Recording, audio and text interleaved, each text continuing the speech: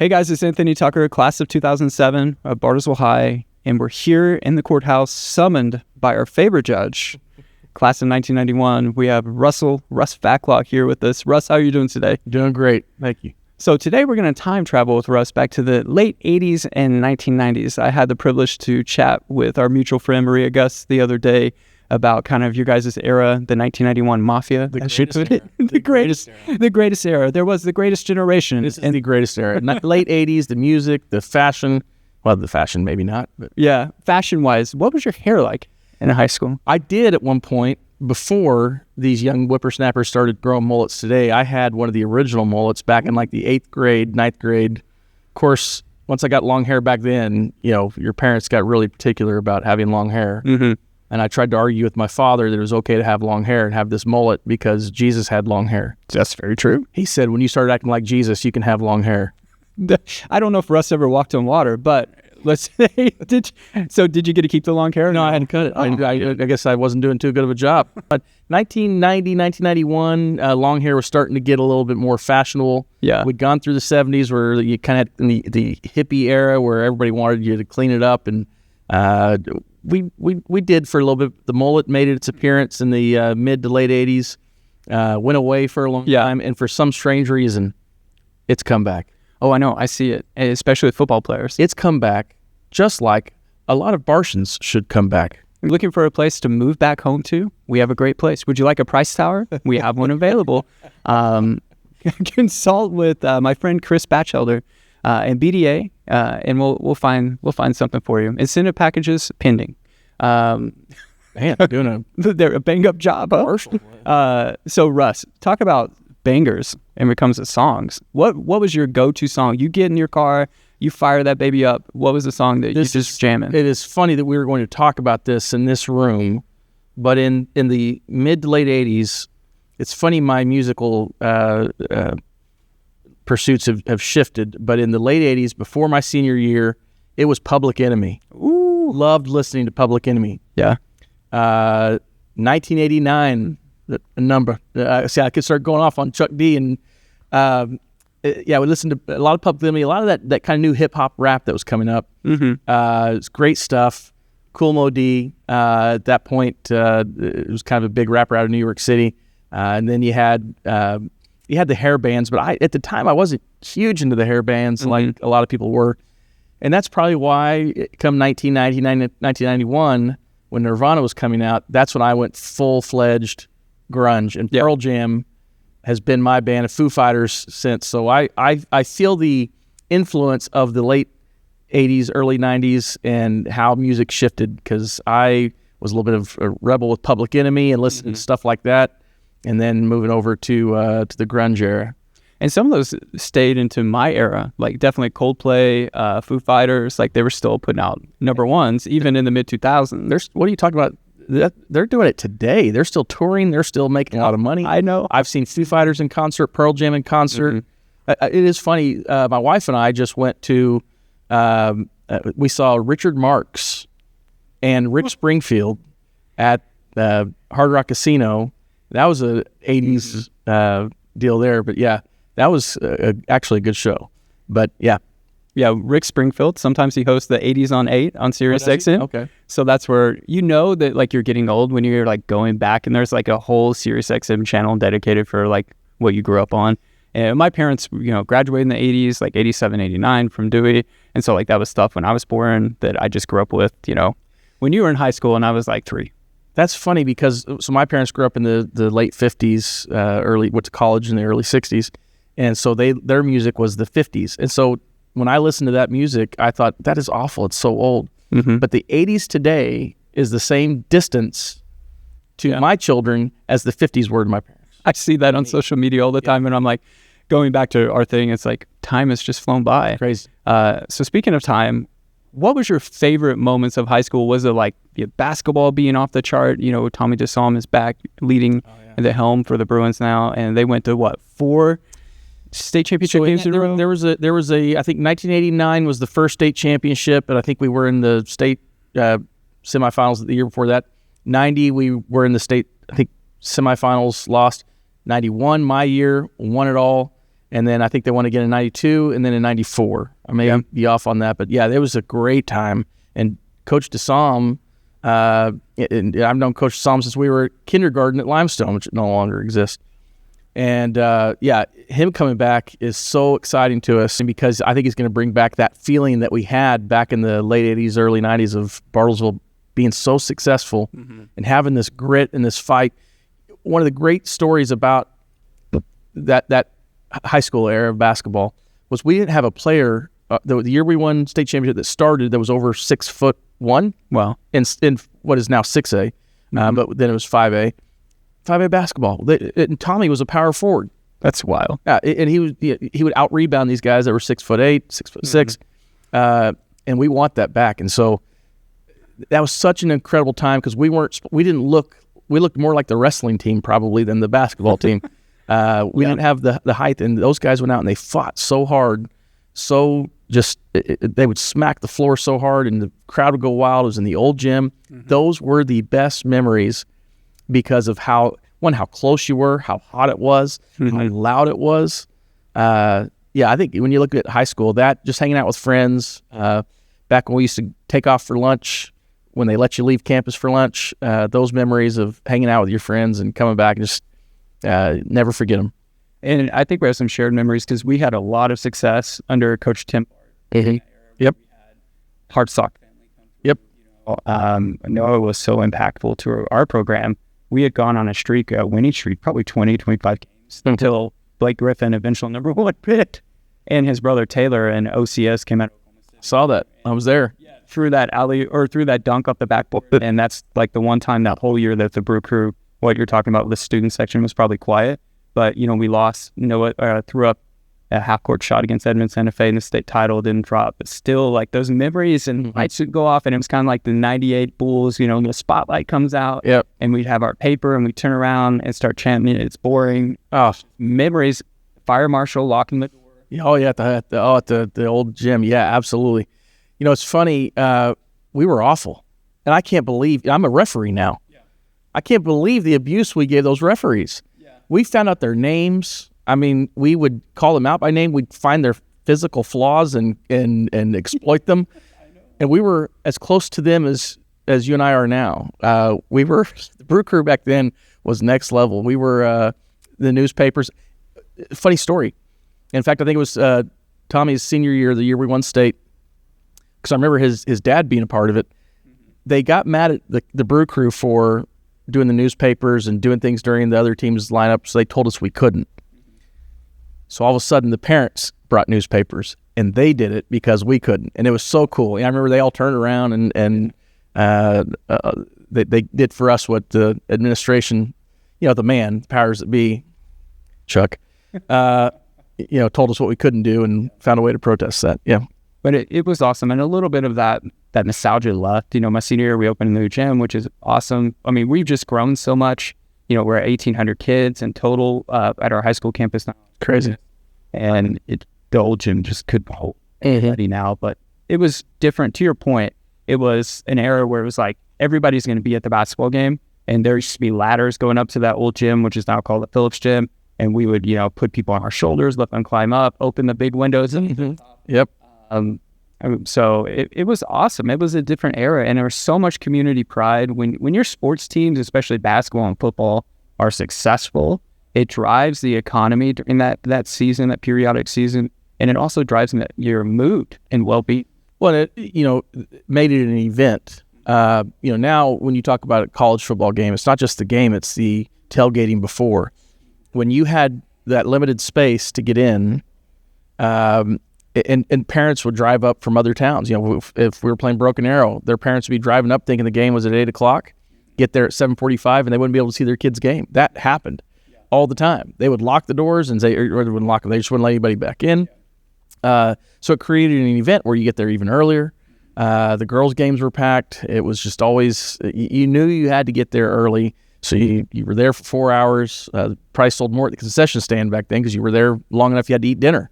So, it was, what a time. And I really wish, I wish that we still had that. I wish there was a way to capture that. And I know they have a throwback game, but that's not going to be the same. Yeah. So it's going to take buy-in from the kids, brew crew of buying it. My son's one of the brew crew guys now. It's kind of funny. So it's like full circle. Yeah, right. So talking about impact, who was the most impactful teacher that you had in high school? Well, in high school, when you say impactful teacher, I cannot think beyond Mitsuye Conover, who I had in the 8th grade, but she was always an influence for me, even through high school. The greatest teacher I think Bartlesville has ever had was Mitsuye Conover. And I think she's just now finally choosing to retire. I think about a lot of the things that are being said about teachers. I loved my teachers, and I knew that they loved me. I know that they cared about my well-being. And I think teachers today, they do not get into this for money. They get into it because they care about that profession. And I look at Mitsuye Conover, and I just saw her loving us. I saw her caring about our education, being concerned about what we did afterwards, even still. And that's who a teacher is to me. And that's why I say, you asked for a high school teacher. I can't think of anybody. I would regret saying anybody other than the teacher that was my most influential teacher, and that was Mitsuye Conover.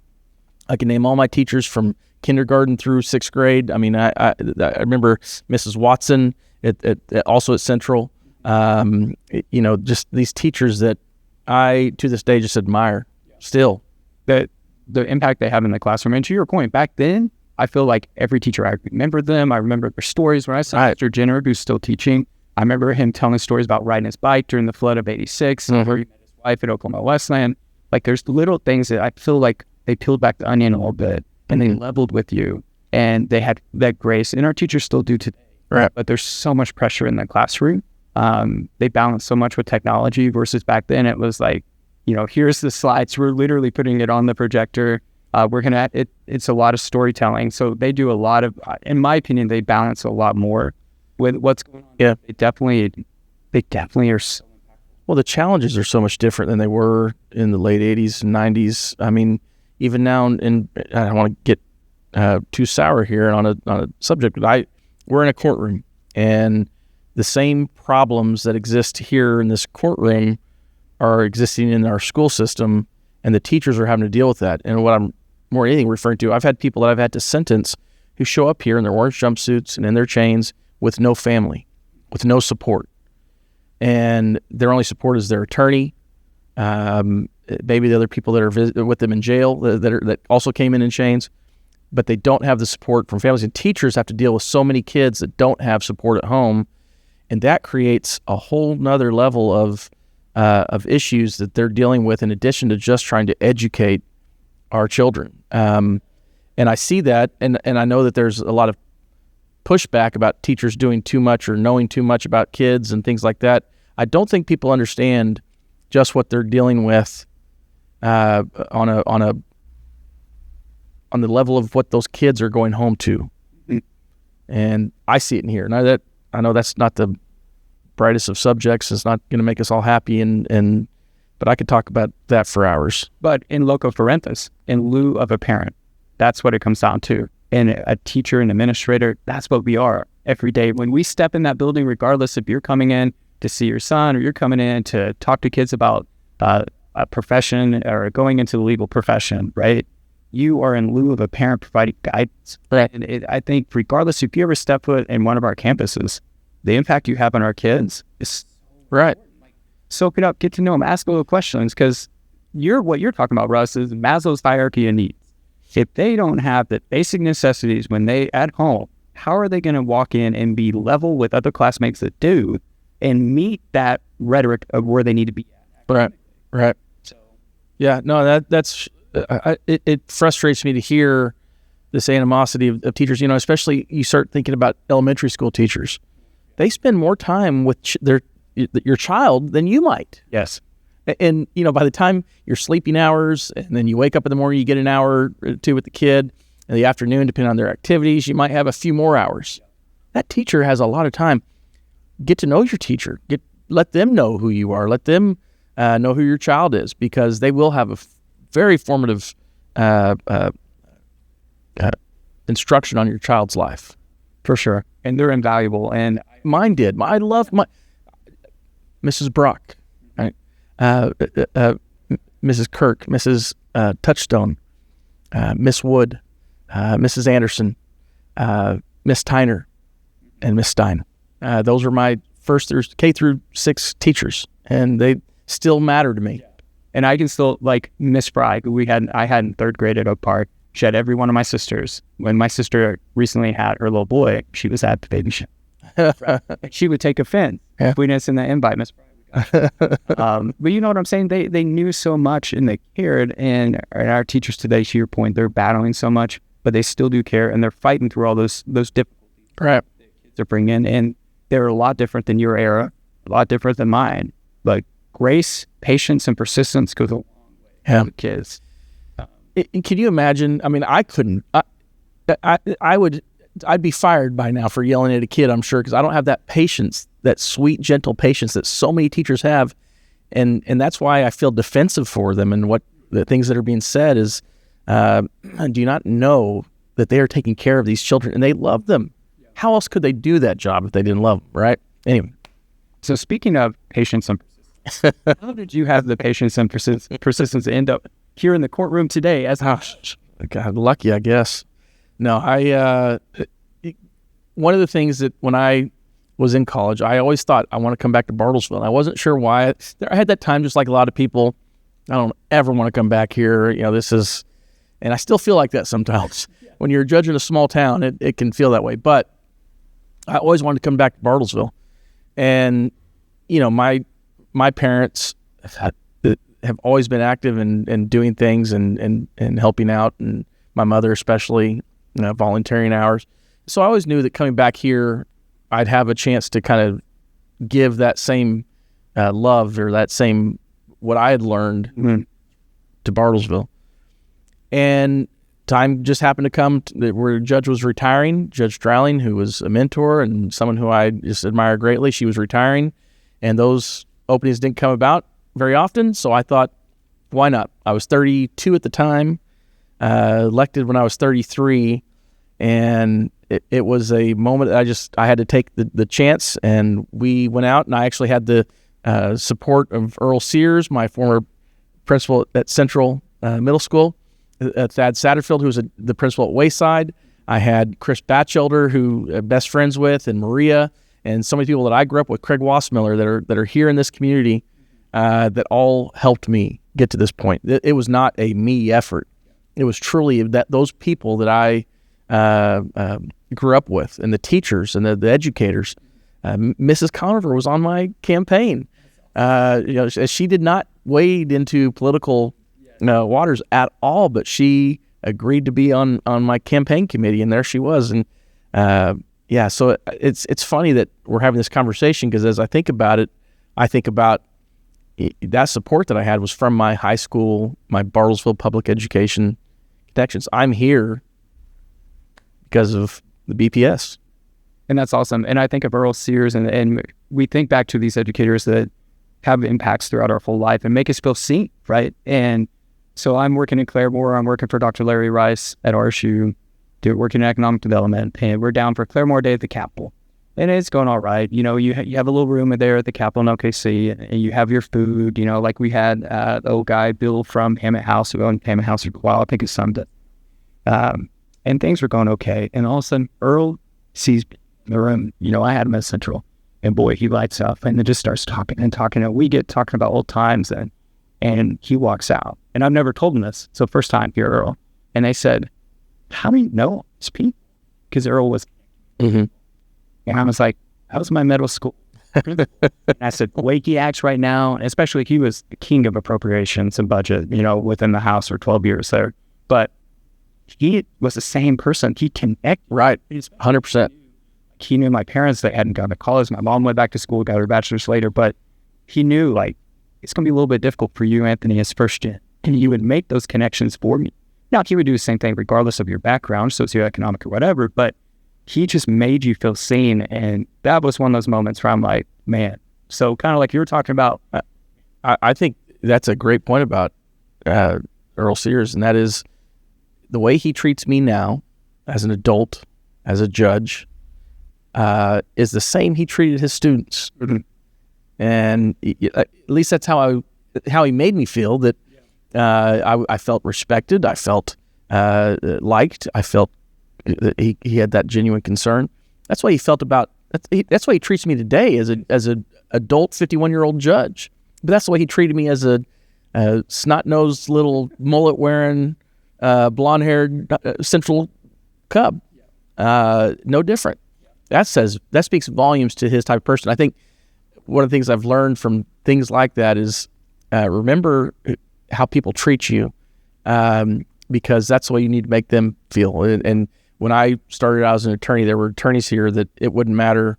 It wouldn't matter if I had been practicing for 20 years or 30. They treated me the same as when I started up. And I think that's a great quality that people have. And Earl certainly has that and has always been that way. And to your point, and a big reason why we're trying to reconnect with our alums is it is alums that are running Bartlesville. It is alums that are opening doors of opportunity for people, not just in Bartlesville, but throughout the world. And, we have such a great impact as a collective. And sometimes we overlook our high school alumni association. We look towards our college, or maybe for you, for law school or grad school, whatever it may be, right? But the personal connections you have, because you were as naive as you ever were going to be as a kid. Right. People knew you to the lowest common denominator before you started, growing up in the world and understanding, biases and all these things. And those are the people who just know you from playing soccer movies. And it's like, hey, let's just have a conversation. It might be the most difficult thing in the world to overcome, things that you deal with in this courtroom, Russ. But when you can level with people, and especially other Bruins and Wildcats and Spartans, that's what kind of starts. As we did all three of them. Yeah. But so real quick, what was your go-to spot to eat at? Well, there a couple. This is funny. So when we take off for lunch, we'd go Jack Griffith's, which was the gas station's ASAP. But they had the best chicken sandwiches. They had these fried burritos that now you have out at the gas station out by the research center. You almost have the exact same thing. We do that. There was also like the Bruin Cafe or something like that that all the moms ran. It was like the one of the volunteer organizations that all the moms were in, and they had the best burgers. And if you got there and you were there in second lunch and they had made too many fries, they would come out and give you all the rest of their fries. So that was, when you're a high school kid and playing football or whatever, that was the best. And I, as I think about it, that, and then funny enough, I wish these kids today still had it, but the canteen and what Ram Gonzalez, again, another educator, football coach, Central, Ram Gonzalez used to run that, and it was the safest place in town because Ram ran it. Nobody was going to get by him. Nobody's going to come in and harm a child. Nobody's going to come in if he suspected anybody had been drinking or anything like that. He took care of it. We had that to go to. It was safe. It was a Friday or Saturday night, and that's where we would go. And I wish that our kids today had something like that. What a great thing for our high school years to have that place. It's just to hang out. It was open on Friday and Saturday nights, nothing else. You could get it for events, but there were maybe a few school dances there. But that's where you went, and you'd always drive through, see who was there. Sometimes you drive through and keep going, but it was a central part of where you'd go when you were growing up here. Ram was a legend. Oh, 100%. He would play in like the students versus teachers, like basketball games. And that was back in the era where it was like short shorts for coaches. Oh, yeah, the bike shorts. Yep, 100%. It's like buttoned up here. Yeah. It's like, I think of like photos of old NFL coaches like Andy Reid. Mm-hmm. Oh, yeah. But that was like the style of it. Well, they tucked their play call sheet into their front waistband. But now it's just like covering their mouth. And those shorts, they're not bicycle shorts. They were called Bike. That was the brand, and they were tight. They were flexible. All coaches wore them. Ram wore those. Wore them out at the golf course when you saw him out there. But and he would, that guy, if you ever played ping pong with him, he would destroy you, and he'd give you a chance, make you think you had a chance, or make you believe you had a possibility of getting a point on him. That guy would kill you at ping pong, and he. A lot of times you think the adults are going to let the kids win. Oh, no. It was competition. Ram. What a guy. So what do you think, what's next for you, Russ? As you look towards the future? Retirement. I mean, I can't believe that I'm getting so close that I can say I can see tail end of life a little bit and what I want to do and where I want to be. I mean, I've been doing this job now for 18 years, and I don't know how much longer I'll go in it. It does wear on you. There's real consequences of having a job like this and how you can see the world. So I think whenever that time is, but as I do approach the retirement era of my life, not leaving Bartlesville, at least not yet. Haven't won the lottery to do that anyway. But yeah, I see myself here. I see myself still doing something in this community. Like I said, even in retirement, I'm not sure what retirement means. I don't know what it means to stop working. So maybe I'll figure that one out. But for now, I'll still be here in Bartlesville. And for our come see me at the coffee shop. Yeah, well, where's your go-to drink at the coffee shop? Oh, this is so embarrassing. Oh God, does it have a long name? No, it's not gonna have a long name. It's that I feel like a little kid when I order it. I don't want a mocha latte, but I have to go in and order a chocolate milk latte, and it's fantastic. Outpost makes it. It's fantastic. Instead of just using regular milk, they use the Fairlife high-protein chocolate milk. It's like a meal. But just to go up and say, I'd like some chocolate milk, as a 51-year-old man, that feels a little emasculating. Hey, listen, I think and I know that your son, Mac, he knows, but I only drink tea and water pretty much. Okay. And so I always get the green tea with 3 scoops of matcha powder. Oh, God. And God bless her. You're that person. I'm that person. But listen, I'm not that person. I know we have some alums out there that do like when fall's here, they go crazy for the fall drinks, and it's the pumpkin drinks, forgive me. I know the pumpkin. I've had it. Yeah, so like I'm the same dude. It looks like swamp water if you ever been down in Florida. But I know what you're talking about. Yeah. Walking there, and then my wife will order it for me on the Starbucks app, so I don't have to do it. But when I do have to go in there and I've got a toddler, I'm just like, right. Like you're real funny. I was like, I don't want to be judged in here for not getting coffee. I'm gonna work out a deal where I go in and I'm just gonna loudly declare, I want my coffee black, straight. And then they know, wink, wink. Yeah. Just give me the chocolate milk latte and be on my way. So speaking of like declaring things, The Office. Did you ever watch The Office? Yeah. Yeah. My son Lucas has the whole thing memorized, so I'm not like that. But yeah. Well, now I know. I can just start throwing out quotes. Oh, you could 100%. So just to set the record straight, you cannot just declare bankruptcy. Oh. I declare bankruptcy. So that doesn't work, right? You got to come to. No, you can't. No. That was one of that and the fire episode. Yeah, where Dwight tried to make them feel like they had to understand what an emergency was, and as an assistant or part-time sheriff's deputy, he felt it was his responsibility to do that. Like the Schrute Farms. Yep. With the beats. Okay, Russ, it was really good catching up with you. That's so good. I think you're doing amazing things. Well, thank you. Spend time with your kids throughout the years. Yep. For those people at home that are looking at relocating, we have so much going on in our downtown district where we're at today at our courthouse. Oh, it's night and day from what it was when I came here 20 years ago.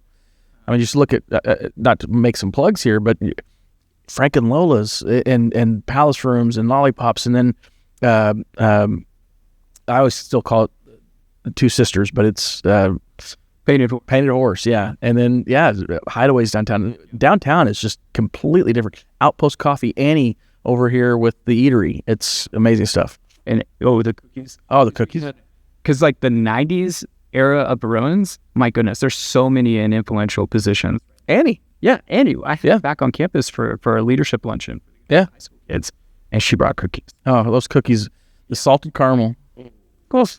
So I allegedly might have kept like 10 of them at the bottom of the box, but it's just part of doing business, I guess, because they're just so good. They're good. But I had a conversation, like a sit down, what we're doing today with Crystal Sayre the other day. Mm-hmm. Another. Yeah. And talking about that process, because I was in college when it had burned down during that era and seeing it come back. So it is a great time to come back to Bartlesville.